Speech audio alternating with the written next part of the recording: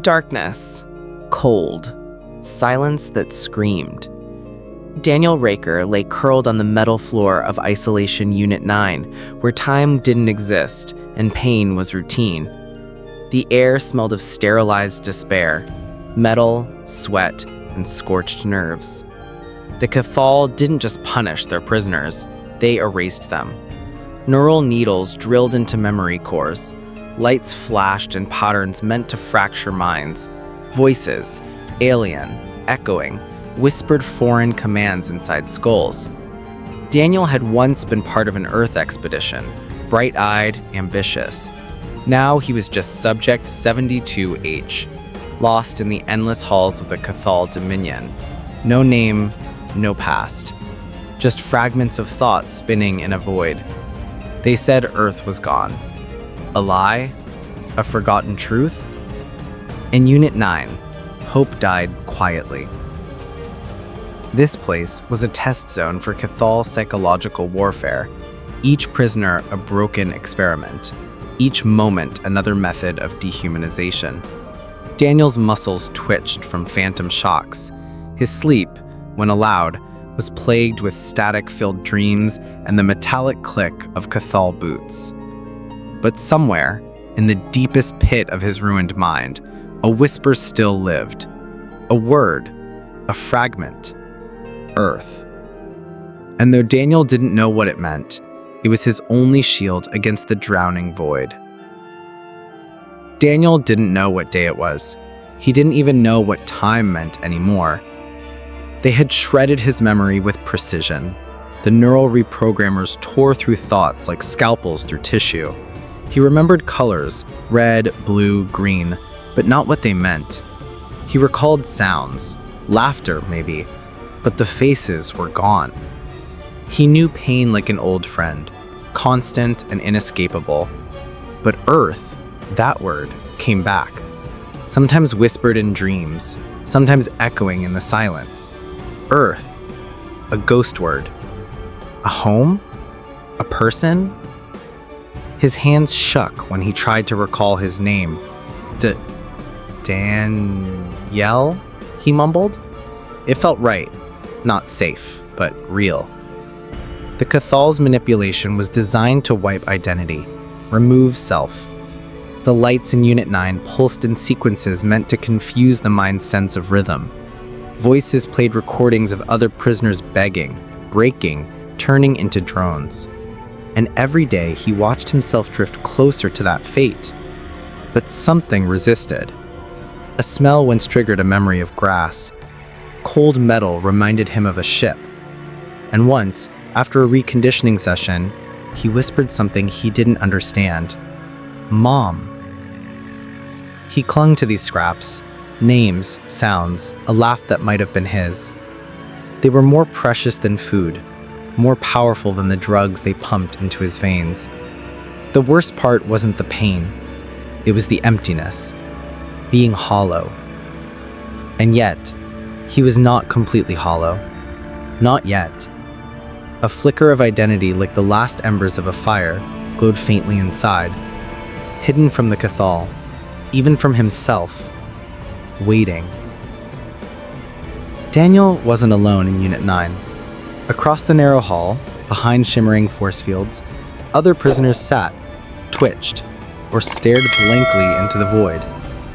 Tall insectoids, once proud warriors, feathered creatures with eyes that used to sing, a silicon-skinned being that no longer moved at all. They were the Cathal's gallery of broken things. Each prisoner had once fought, resisted, screamed. But now they obeyed. Their minds had been turned into puppet strings the Cathal yanked at will.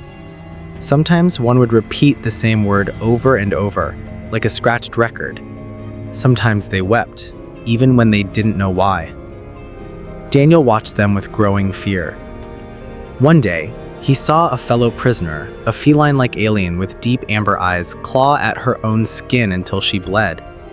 She was trying to remember something, too. She kept whispering, Mara, but the name meant nothing to her anymore. The next day, her cell was empty. They were all reminders of what Daniel could become. what he was becoming. But he also noticed something else. Despite the differences in form, in biology, in species, pain looked the same. Regret sounded the same. Desperation smelled the same. It wasn't just a human thing. It was sentient. And perhaps that meant resistance didn't have to be human either. It could be shared. If only someone remembered how. It happened during a neural probe.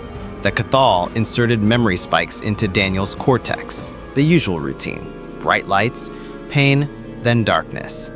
But this time, something slipped through the cracks. Music. A faint, melodic whisper beneath the noise.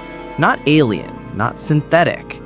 A song. Blue skies. Nothing but blue skies. It echoed gently in his mind. Sweet, soft, human. A woman's voice, maybe. A memory from long ago. Daniel's breath caught. His body twitched. He remembered. A picnic, green grass, a sky so open it hurt to look at. Laughter. He was there. A little girl laughed beside him. The sun touched his skin. And that song, it played from a nearby speaker. For the first time in years, Daniel's eyes filled with tears. Not from pain, from remembrance. The probe surged, but the memory didn't fade. The song looped in his mind like armor. Blue skies, nothing but blue skies. He whispered it. Earth. The alien monitors flickered. The machines noticed the anomaly. But Daniel didn't care. He clutched the memory like a lifeline. They couldn't erase everything. Not completely. And in that single, fragile moment of clarity, something returned. Hope. They had tried to break him, strip away every thought, every feeling, but they had missed one. That song, those blue skies, had opened a doorway in his mind. And behind it was him, the real Daniel Riker. Faint, but still there. Now, each moment became a test, each pain a challenge, each neural probe an opportunity. He started to fake his reactions, to bury new memories under old pain. He whispered Earth's name when the Cabal weren't listening. He topped his fingers in rhythm with the song. He remembered that he once loved jazz, hated onions, flew in ships, and kissed someone named Elena. He began to resist, not with fists, but with thought. The Cathal had underestimated what made humans strong. It wasn't muscle or weapons. It was memory, emotion, love. They had turned him into a lab rat, but they had also lit a fuse. The spark had caught, and Daniel Riker, lost soul of Earth, was about to remember what it meant to fight back. The silence of the cell was absolute. No sound but the faint hum of containment fields and the steady pulse of synthetic lighting. Daniel sat with his knees drawn up, fingers twitching against the cold metal floor. Something felt wrong, or right. He couldn't decide. Then it came. A soundless memory. A laugh. Light, full of joy. A child's? His? The memory dissolved as quickly as it came, leaving only an ache in his chest. Another flash, a warm wind and the smell of soil, his hands, dirt under the nails, gripping earth like it meant something. And a voice. Her voice. Soft, humming a lullaby in a language long buried under alien scripts and broken timelines. He pressed a hand to his temple, groaning as the images fractured and reformed. They were never whole, always fragments, like puzzle pieces scattered in reverse, building not a picture, but a feeling. Who am I? He thought, a question that echoed like a cry in a canyon. And then a name. Mother. The word broke something loose in him. He whispered it aloud, trembling. It wasn't just a word, it was his. A thread pulled through the fog of psychic erosion the Cathal had inflicted. They had tried to strip him of everything, language, identity, memory. But something remained, a quiet ember deep inside, the beginning of something ancient and human. Each memory fought its way up like a weed through concrete, defying the prison's oppressive weight. For every broken thought the Cathal tried to bury, another fragment pushed back. In that cold, unfeeling chamber, Daniel clutched his knees and smiled for the first time in what felt like centuries. They noticed. The Cathal, ever watchful, always listening, registered the mental noise, anomalous activity, emotional surges, fluctuating neural patterns. Unacceptable. He was summoned. Daniel was restrained against the reconditioning slab, arms shackled in smooth crystal restraints. The walls pulsed with violet light, and above him hovered the Cathal operator. 6 limbs, 1 pulsating eye, and 1,000 psychic needles trained on his mind. This one degrades. Memories interfere with programming. Begin deeper submersion. Pain struck, not through nerves, but thought. 1,000 false images slammed into his consciousness. False memories, loops of guilt, simulated losses. But Daniel screamed for her name, even as the world around him bent and buckled. They tried to overwrite him, to flood his mind with lies, but the more they pushed, the more real his past became. The dirt, the laughter, the song.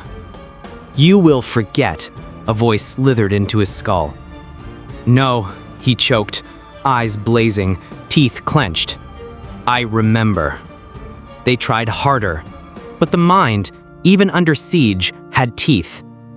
What was once a fragment became a wall, a defense, not perfect, but growing stronger.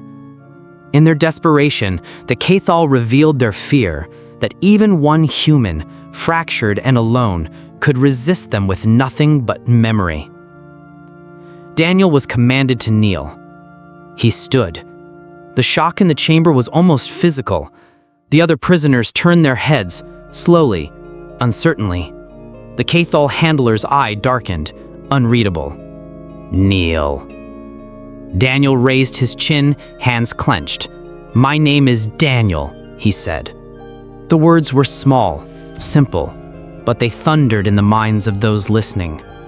A telepathic pulse hit him, a strike meant to crush free will. But Daniel didn't fall. He staggered, coughed blood, but didn't fall. Later, they gave him a smaller ration, delayed healing, isolation, but none of it mattered. He whispered his name again that night, tracing letters he no longer remembered how to write into the dirt with his finger. D-A-N-I-E-L.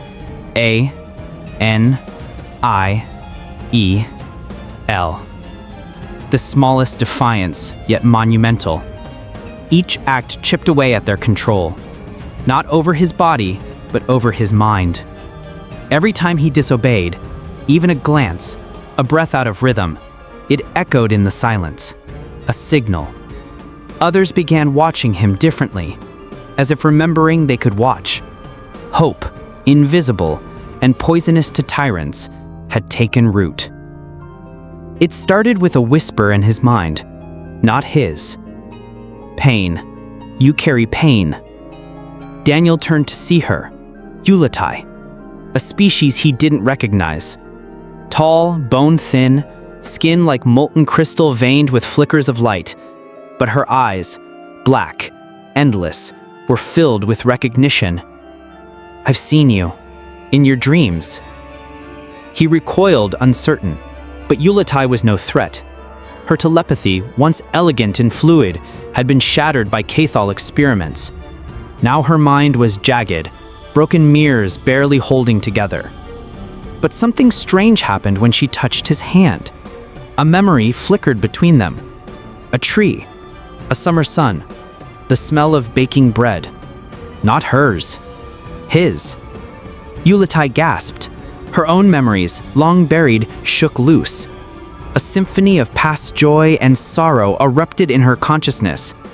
"You're healing," she breathed. Daniel didn't understand it at first, but he began to realize that what the Cathal had taken wasn't destroyed, only hidden. And somehow, his mind, Human, stubborn, wild, was pulling it back. Through their shared touch, memories began to pass from one prisoner to another, like sparks leaping between wires. Together, they began weaving a web of resistance, not through weapons, but remembrance. Not just a bond, but a network. What they couldn't kill, they could share. Warden HFY loomed over the holographic table, her tentacles coiled tight with agitation. "This human," she hissed, voice echoing in tritone, "spreads like a virus." Data streams flickered, reports of behavioral changes among prisoners. Dreams, once silent, were now chaotic. Symbols from Earth, feelings of rebellion. "Containment has failed," her subordinate admitted. "We recommend a full neural reset." Cathal's tentacles struck the table, fracturing the interface. "He should have broken. Instead, he spreads contamination. We created this prison to erase, not inspire." Daniel was no longer a man. To them, he had become an idea. One that infected minds, one they could not kill without a cure. And so they prepared the reset chamber. They would scrub every memory, burn his mind clean. But deep within the prison, prisoners began whispering old names again, telling stories, laughing. They remembered laughter, and in the dark, the virus grew. Daniel didn't sleep anymore, not truly. Each time he closed his eyes, more returned. Not just his memories, but the feelings. Rage, love, fear, hope. They pulsed in him, like fire beneath ice. Beside him, Ulatai stirred, their minds always tethered now. More prisoners had joined them. Telepaths, sensitives, even the broken ones. They all carried fragments now. Daniel was no longer alone. He stood on the food line and refused the nutrient paste. Spoke aloud. This is not survival. This is control. Others stopped. Listened. No alarms blared. Not yet. The next day, more stood with him. Then more. Until whispers became speech. Until eyes rose to meet their captors. The Cathal could not crush 1,000 minds rising in tandem. Could not suppress a network of defiant memory. Daniel wasn't the rebellion. He was the spark. And the fire had begun to spread. Daniel lay in the cold metallic corner of his prison cell, staring at the dim alien lights above. The silence was thick, but deep inside his mind, something stirred. A flicker, a sound, a warmth, fire. Not real fire, but a memory. A bonfire from his childhood flickering against a night sky back on Earth. The laughter of his sister, the crackle of burning wood, the smell of toasted marshmallows. It all returned like a wave, unexpected and overwhelming. The Cathal had tried to erase his memories, suppress emotions, flatten thought, but they underestimated the resilience of human memory. It didn't die. It waited. Now, these memories flared like embers catching wind. He remembered music, his father's old guitar, the low hum of jazz under candlelight. He remembered freedom, running through meadows, breathing air that didn't stink of antiseptic or metal. He remembered love, his mother's voice, her tears when he left for the stars. Daniel clenched his fists. These weren't just memories. They were his fuel. The more he felt, the more he remembered, the more he burned. And with each emotion came something the Cathal feared: resistance. He stood up straighter. The air still stung, but his eyes no longer stared blankly. The warmth of Earth beat inside him now. The Cathal had forgotten one thing. You can't suppress a wildfire once it finds breath. And Daniel had just remembered how to breathe. Ulatai tilted his head. What is a rainstorm? Daniel smiled, the first real smile in weeks. It's like the sky weeps, but it's beautiful. You stand under it and it soaks you. It's cold sometimes, loud, but somehow it makes you feel clean. The prisoners leaned closer. Beings from half a dozen species, once dull-eyed and broken, now listened as Daniel described the Earth in colors and feelings. Food isn't just fuel back home. It's love. My mother used to make this thing called lasagna. Layers of cheese, pasta, sauce. It wasn't perfect, but to me, it tasted like home. Laughter broke out. Someone whispered, "You humans are strange." Another added, "But it sounds wonderful." The guards watched, uncertain. Their scanners detected elevated dopamine levels, emotional spikes, dangerous ones. But it was too late. Daniel was teaching them to feel again. Through campfire tales, stories of wind and snow, of birthdays and heartbreaks, he reminded them all of something the Cathal couldn't erase: the joy of being alive. And as each prisoner laughed or cried for the first time in years, the prison's cold walls began to crack. Not physically, but emotionally. And that was far more dangerous. Red lights blinked in the control center. Cathal scientists hovered over consoles, clicking their mandible-like appendages in distress. Emotional patterns are rising. Sector 12 shows a 73% deviation. Director Keshval stood silent, eyes narrowing. Identify the source. Human, subject D17, Daniel. They watched footage. Prisoners gathered around him, reacting, laughing, feeling. Keshval hissed. Our suppression protocols were flawless. They should not be capable of this. A senior researcher replied, Earth memories bypass suppression through metaphor and sensory re-triggering. His stories create emotional re-immersion. We are losing control. Losing control. Those words hadn't been spoken in a Cathal prison in over a century. Keshval's hand twitched. Increase neural dampeners. Isolate him if necessary.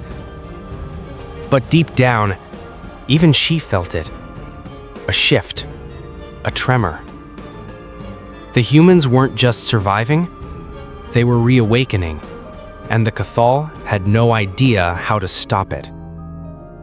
Daniel's eyes fluttered open under harsh lights. He was strapped to a glowing frame, his mind linked to Cathal tech.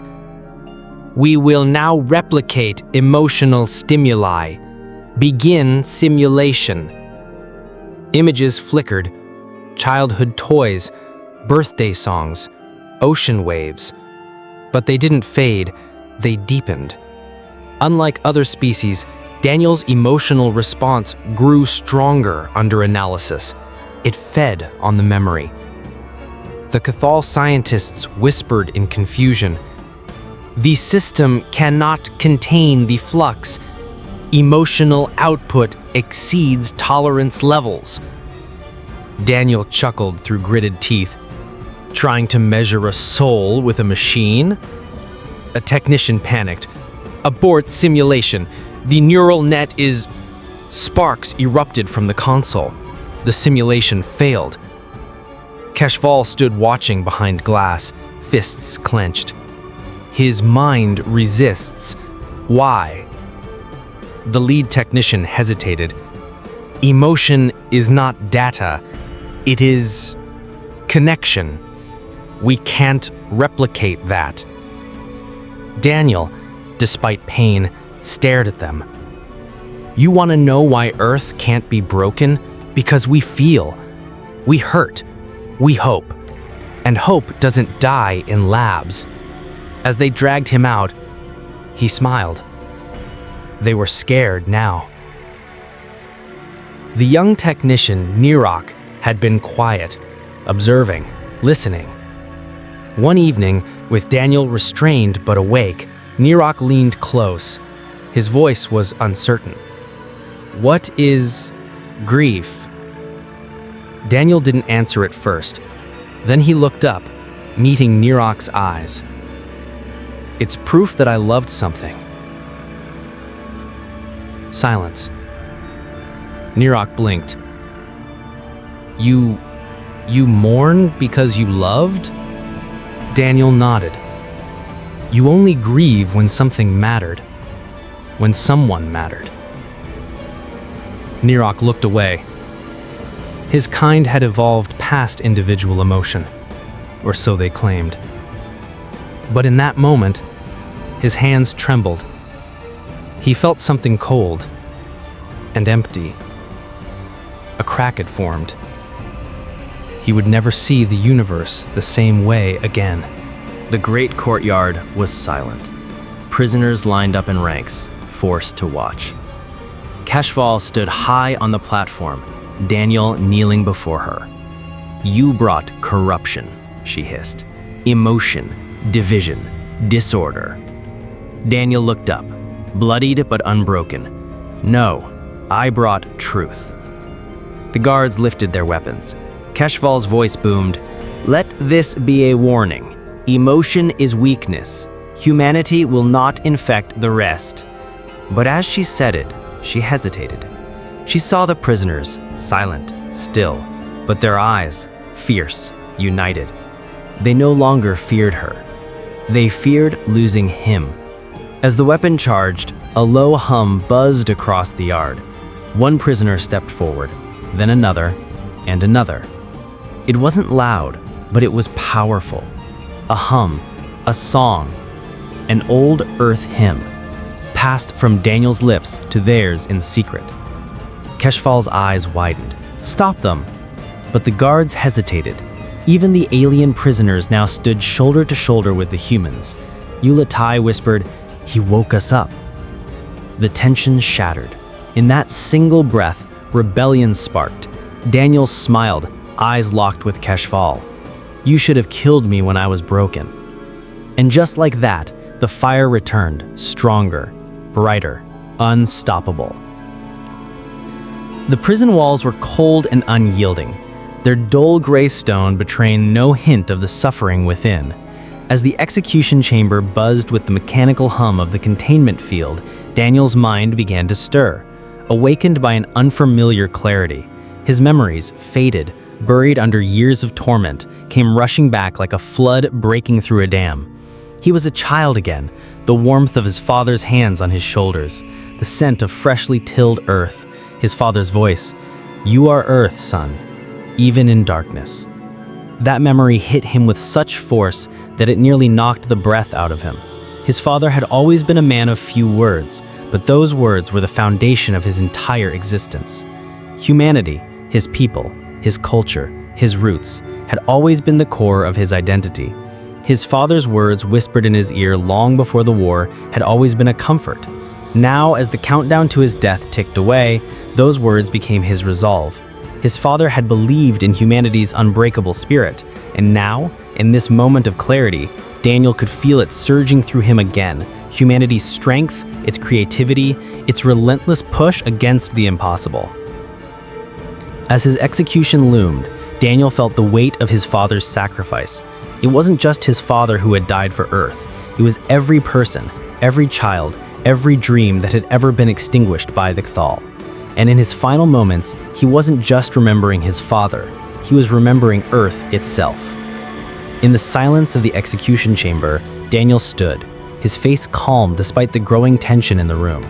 The guards watched him, impassive, their cold eyes a mirror of the alien race that had imprisoned him. He knew what they expected: fear, despair, surrender. But instead, Daniel took a deep breath and with an unshakable voice began to speak. Once, in a land scarred by war, a young boy planted a tree. The soil was blackened, the ground cracked. There was no life left, no sign of hope. But the boy, with his small hands, planted a seed. The prisoners, long numb to the world around them, turned their eyes toward Daniel. Some felt the stirring of forgotten emotions, others saw something they hadn't realized they'd been missing. The Cathal watched, curious but skeptical. The tree grew, slowly but surely, pushing through the blackened earth, Daniel continued, his voice carrying to every corner of the room. And though the winds would bend it, though the storms would rage against it, the tree remained. It became a symbol, not of what was lost, but of what could still grow even in the hardest of times. The words hung in the air, settling into the minds of the prisoners. For the first time, they felt something stir within them. Hope, a spark that hadn't been seen in this place in years. Daniel's defiance wasn't just a refusal to bow.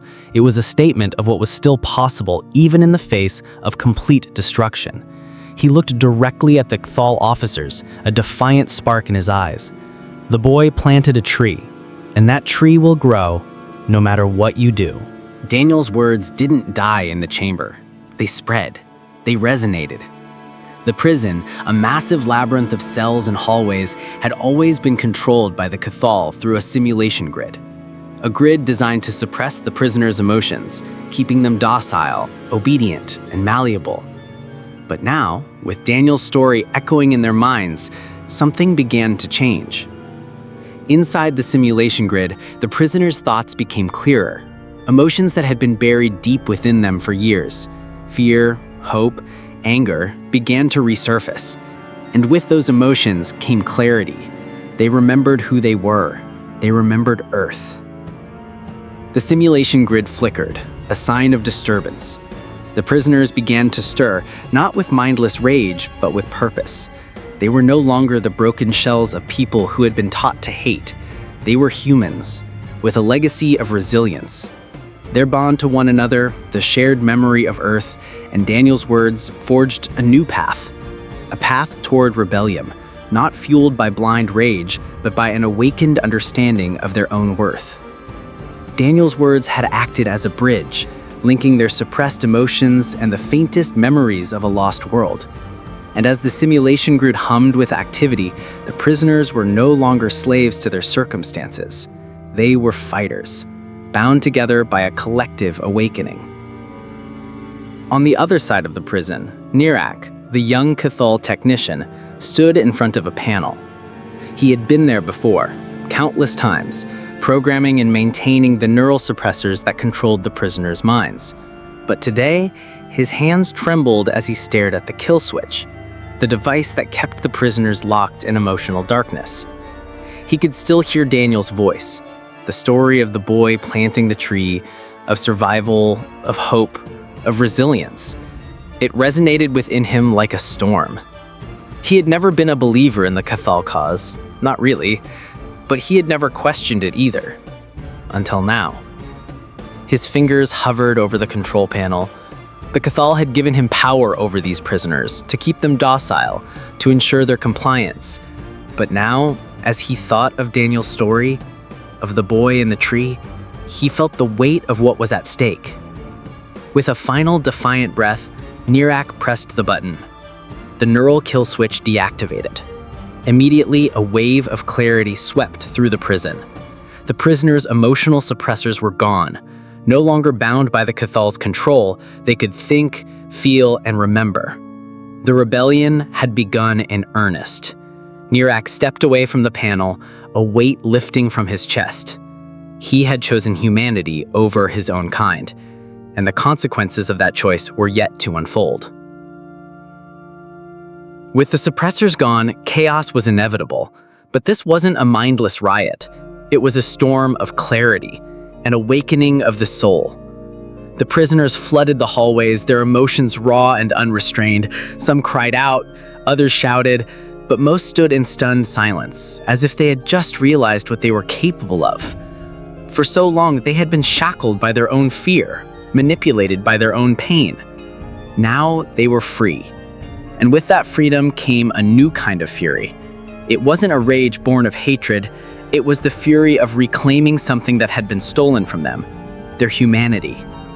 The memories of Earth, the legacy of survival, the knowledge of what it meant to be human, they flooded their minds, pushing them forward. But even in the midst of this chaos, there was a sense of purpose. They weren't just fighting for themselves, they were fighting for something greater, for Earth, for the future, for everything that Daniel's story had sparked within them. The Krathel guards were caught off guard, overwhelmed by the surge of humanity that had awakened in the prisoners. It wasn't a fight for vengeance, it was a fight for survival, for the human spirit that had been buried under layers of alien control. In the middle of the chaos, Daniel didn't run. He didn't cower. He walked. Through the turmoil of the prison, the shattered silence, and the stunned guards, Daniel moved with a quiet grace. His steps were slow, deliberate, unafraid. The chaos around him, shouts, crashes, screams, faded into the background as he walked with purpose, with resolve. The Krathel were panicked, struggling to regain control, but Daniel's composure was a striking contrast to their fear. He had done what he needed to do. The prisoners were awake, they were free. And now, with every step, Daniel embodied something more than rebellion. He embodied the spirit of humanity itself, unbroken, unyielding, a silent declaration that Earth would never be conquered, no matter the cost. As the rebellion spread through the prison, it became clear that this wasn't a simple act of revenge. It wasn't about hate or violence. It was about purpose. The prisoners fought not out of a desire to destroy the Krathel, but out of a need to reclaim what was theirs. Their memories, their humanity, their future. Daniel's story had awakened something deep inside them, a recognition that their lives had meaning, that they weren't just pawns in an alien game. This rebellion wasn't a fight against the Krathel. It was a fight for the preservation of everything that made them human. And as the chaos raged around them, the prisoners moved with purpose, fighting not just for survival, but for the future that Daniel had given them. In the final moments of the battle, Director HFY attempted to flee, but he didn't get far. Yulatai, one of the prisoners who had once been silent, stepped forward. Her eyes locked on HFY, and with a quiet defiance, she spoke a single word: no. It was a simple word, but in that moment, it shattered the Krathel's control.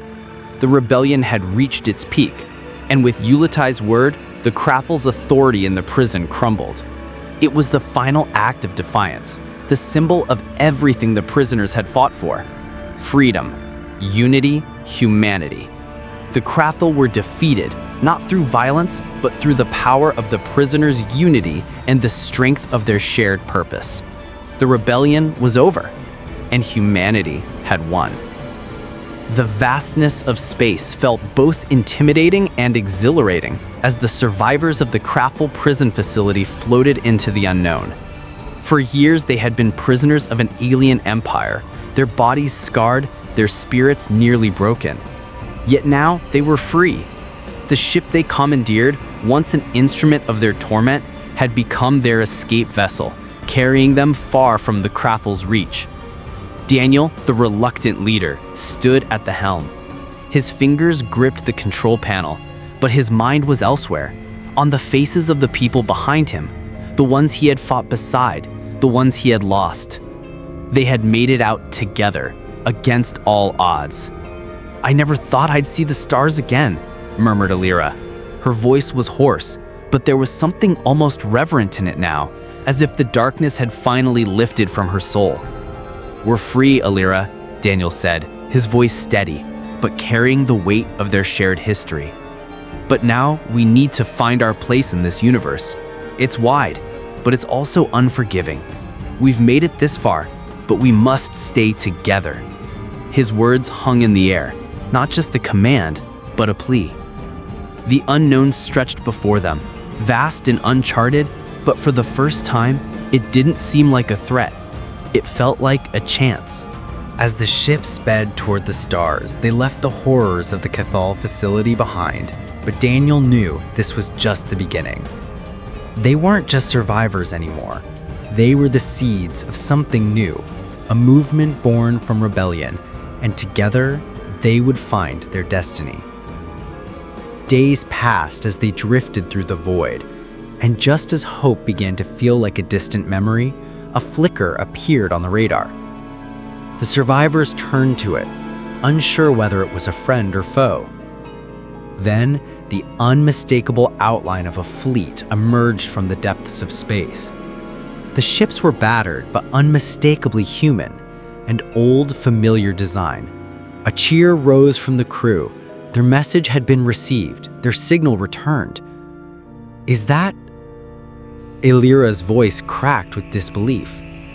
Yes, Daniel said, his voice steady, though his heart raced. That's Earth. The fleet, a beacon of humanity's endurance, broke through the cold expanse like a rising sun, casting a warm glow on the survivors. The sight of it felt like salvation, not just from their oppressors, but from the isolation of exile. The human fleet had returned. The commander of the fleet, Admiral Bryce, hailed them with pride. This is the Earth Reclamation Fleet. We are here to bring you home. For the first time in years, the survivors felt the weight of Earth's ideals, freedom, resilience, and unity, woven back into their lives. The fleet was their salvation, and with it, the spark of humanity's return to the galaxy. The Cathal watched from their command center as the human fleet entered their territory. It wasn't the weapons that terrified them, it was the ideas. For centuries, the Cathal had dominated with sheer power, their advanced technology and militaristic might unrivaled. But humanity had something far more dangerous than weapons. Humanity had stories. They had culture. They had ideals that could not be measured by any scale of firepower. The Cathal had underestimated Earth's power. They had crushed bodies, imprisoned minds, but they had not anticipated the force of human ingenuity and resilience, the capacity to spread ideas, to create movements, and to inspire others to defy their oppressors. Why are they so determined? Cathal General Zekdar questioned his council, his voice trembling with a mix of frustration and fear. They are not just fighting us with weapons. They are fighting with their history, with their stories, and we are unprepared for that kind of warfare. The Cathal realized they were facing more than a rebellion. They were confronting a cultural revolution, an unstoppable force that would reshape the galaxy. It was not just the human ships or the weapons they brought. It was the very essence of humanity that threatened to dismantle everything the Cathal had built. As the survivors settled into their new life aboard the fleet, Daniel became more than just a leader. He had become a symbol, one of resilience, one of memory. The man who made memories into rebellion, they called him. His journey had not only liberated them from the Cathal prison, but had sparked a revolution of thought. Daniel's story was no longer just his own. It had become the foundation of a movement, passed from one survivor to the next, until it spread across the fleet like wildfire. Daniel didn't see himself as a hero. He never wanted the title. To him, he was just someone who had done what needed to be done, who had kept his humanity in a place designed to strip it away. But as the rebellion continued, Daniel understood that his greatest gift was his memory, his unshakable sense of who he was, where he came from, and the stories of Earth that had kept him alive. Every day they try to break us. but they can't break what we remember. No one can take away our past, and no one can take away our future. Narak watched the humans from the shadows, conflicted. He had served the Cathal for his entire life, his mind trained to view the humans as little more than pests. Yet, as he observed Daniel and the others, he felt something stirring within him.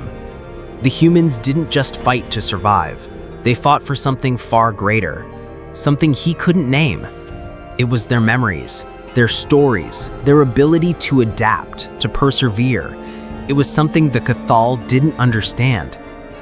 "I don't know why I feel this way," Narak whispered to himself, struggling with his internal conflict.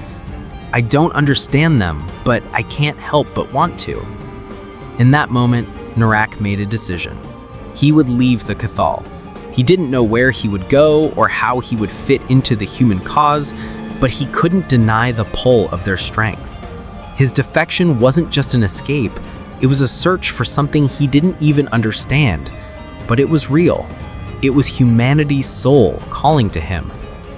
Ulatai stood on the bridge of the human ship, her hands trembling as she held the small data disk containing the stories of Earth.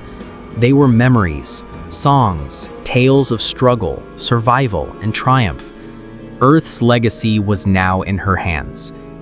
"You've seen what Earth has to offer," Daniel said softly, standing beside her. "You've seen how their stories have shaped us.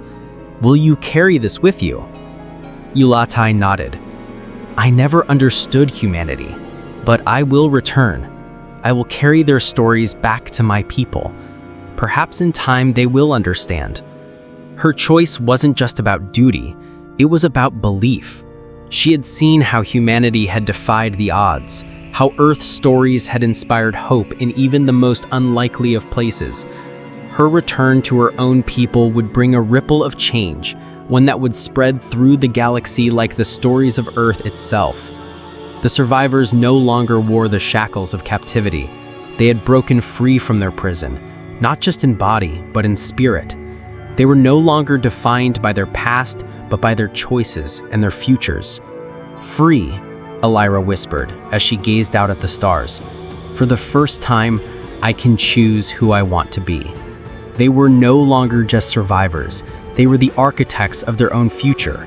The chains had been broken, and with that freedom came a sense of self-determination they had never known. Their pasts no longer dictated their futures. They had the power to reshape their lives and their identities. Across the galaxy, Earth's myth spread like wildfire. You can erase a name, but you can't kill what it meant. The Cathal had thought they could crush humanity's spirit, but they were wrong. Earth's stories, its memories, its ideals couldn't be erased. The galaxy had witnessed what humanity was capable of, their resilience, their capacity to inspire. Earth's myth lived on, etched into the hearts of countless beings. The message was clear: humanity's spirit could not be extinguished. It was a myth that would live forever, a symbol of resistance that would never be forgotten. And though the Cathal tried to silence it, they couldn't. You can't kill what it meant, and that was the truth the galaxy would carry forever. The wind whispered through the golden grass, soft as a lullaby. Daniel sat alone on the gentle slope of a hill, his fingers brushing over blades of life born from death. The world, once a frozen rock on the edge of colonized space, now bloomed with color. Towering trees stretched into skies dyed in twilight hues. Crystal-clear lakes sparkled in the distance, reflecting clouds shaped by the new world's careful atmosphere. He exhaled slowly, letting his shoulders fall. For the first time in years, there was no alert ringing in his ears. No orders, no screams, just peace. This land was alive. Beneath his boots was the result of generations of sacrifice. A scarred galaxy had poured its hope into this soil. Every breath Daniel took tasted like redemption. Laughter floated on the wind. A small group of children ran past him, chasing each other with sticks carved like makeshift starships. They darted through the grass, their feet never knowing war, their hearts unburdened by loss.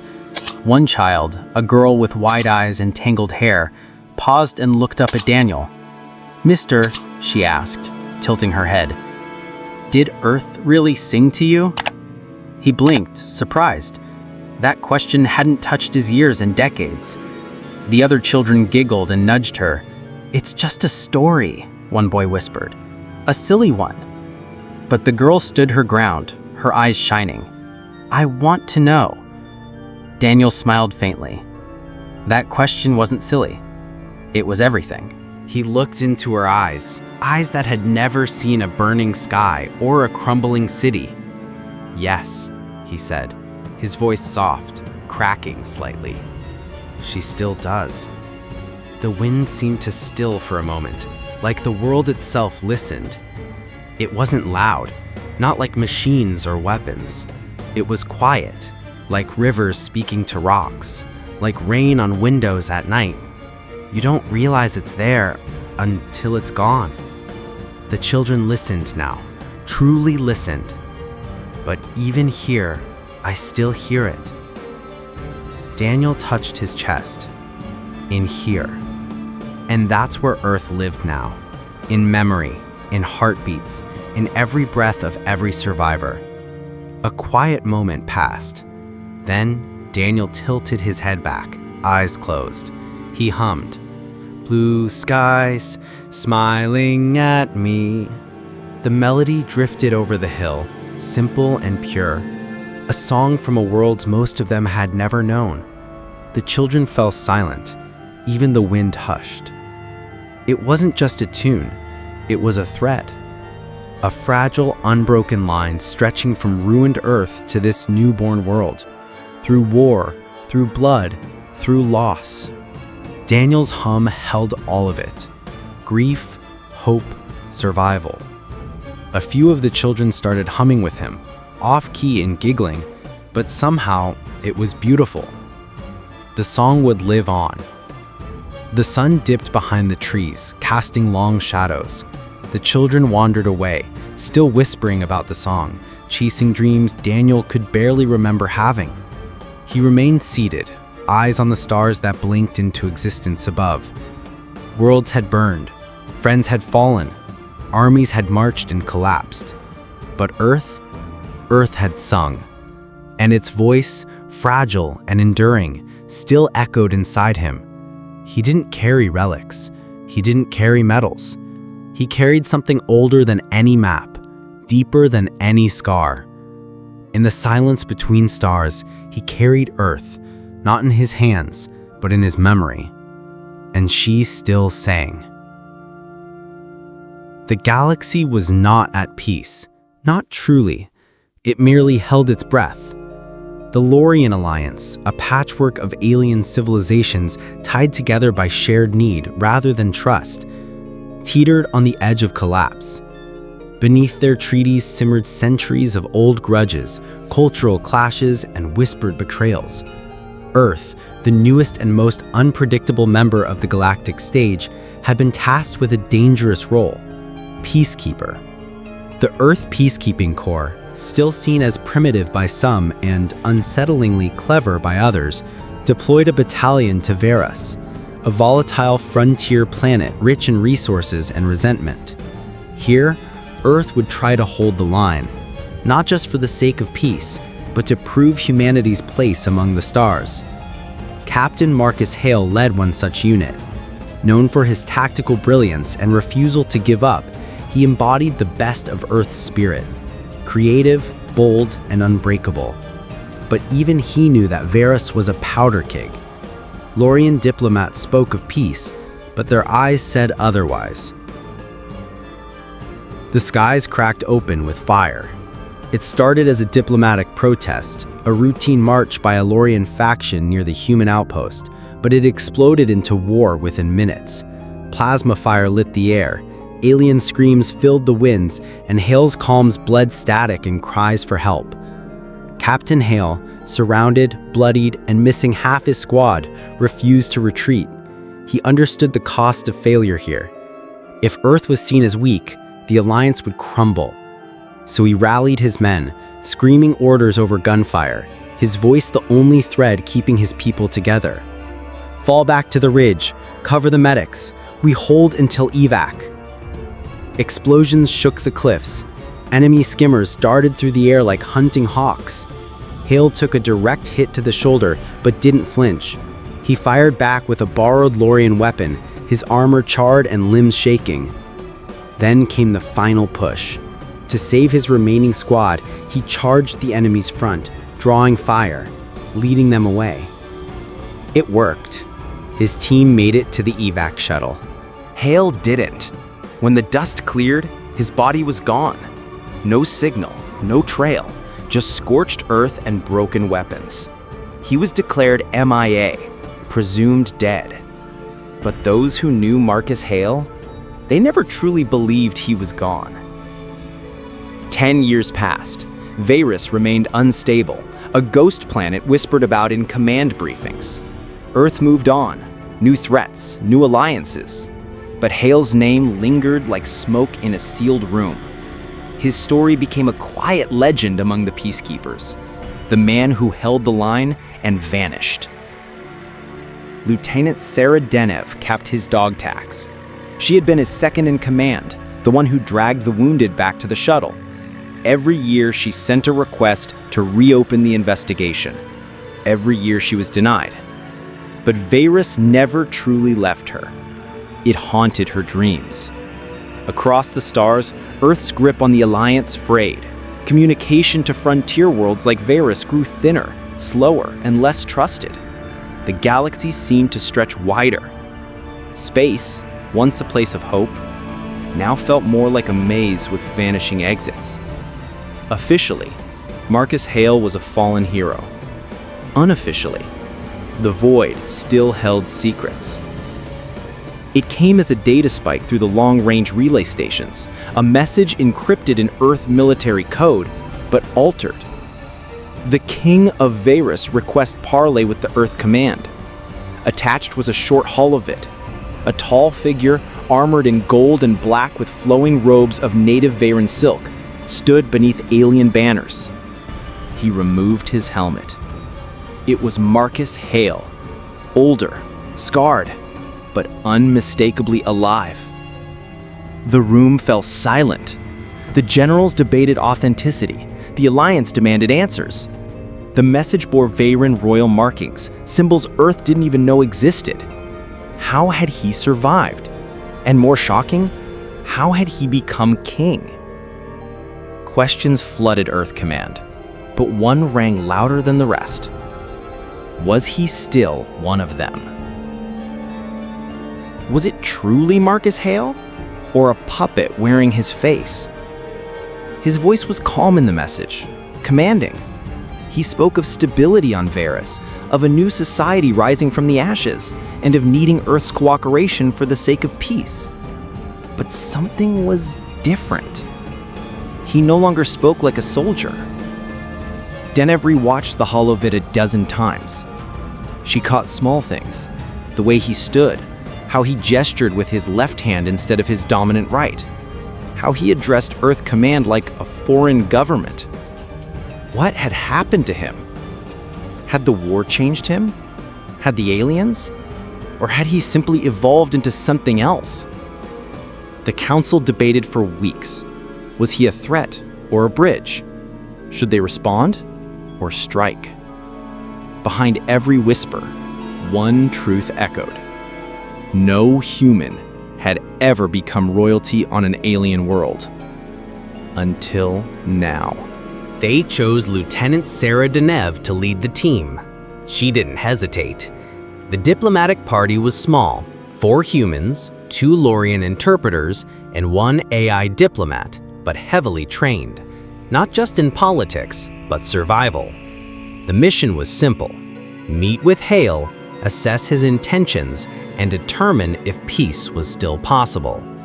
Before departure, Denev visited the old Peacekeeper Memorial.